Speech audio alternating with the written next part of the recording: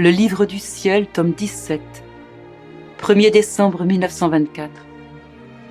Rejetée par les créatures, la volonté divine ressent la mort du bien qu'elle veut réaliser en elle. Je me sentais très angoissée. Tout en priant, je pleurais sur ma triste condition d'être privée de celui qui est toute ma vie. Mon état est irrémédiable. Personne n'a pitié de moi. Tout n'est que justice. Qui aurait pitié de moi si celui qui est la source de la pitié me tourne le dos?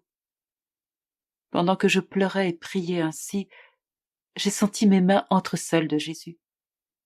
M'élevant très haut, il me dit : « Venez tous voir un grand spectacle jamais vu auparavant sur la terre et au ciel. Une âme mourant continuellement d'amour pour moi. » À ces paroles de Jésus, les cieux s'ouvrirent, et toute la hiérarchie céleste me regarda. Je me suis aussi regardée moi-même, et j'ai vu ma pauvre âme flétrie et mourante comme une fleur sur le point de se dégager de sa tige. Pendant que je mourais, une force secrète me redonna vie. Oh, c'est peut-être la justice de Dieu qui me punit avec raison. Mon Dieu, mon Jésus, aie pitié de moi, aie pitié d'une pauvre créature qui se meurt. Mon lot est le plus dur que puisse subir une créature mortelle. Mourir sans mourir. Par après, mon doux Jésus me prit dans ses bras presque toute la nuit pour me donner de la force et m'assister dans mon agonie. Je croyais qu'il aurait finalement pitié de moi et m'amènerait avec lui, mais en vain. Après m'avoir ainsi un peu revigorée, il me laissa en me disant : « Ma fille, ma volonté reçoit des morts continuelles de la part des créatures. Elle est vie, et en tant que vie, elle veut donner vie et lumière. Mais les créatures rejettent cette lumière.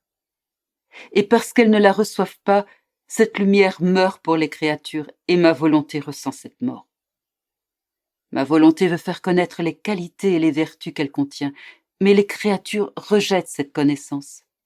Ainsi ma volonté ressent la mort que les créatures donnent aux vertus et aux qualités de ma volonté. Pareillement, si ma volonté veut donner de l'amour et que cet amour n'est pas reçu, elle ressent la mort donnée à l'amour. Si elle veut donner de la sainteté ou des grâces, elle sent la mort que les créatures donnent à la sainteté et aux grâces qu'elle veut accorder. Ainsi, une mort continuelle est infligée à ma volonté pour les bienfaits qu'elle veut offrir.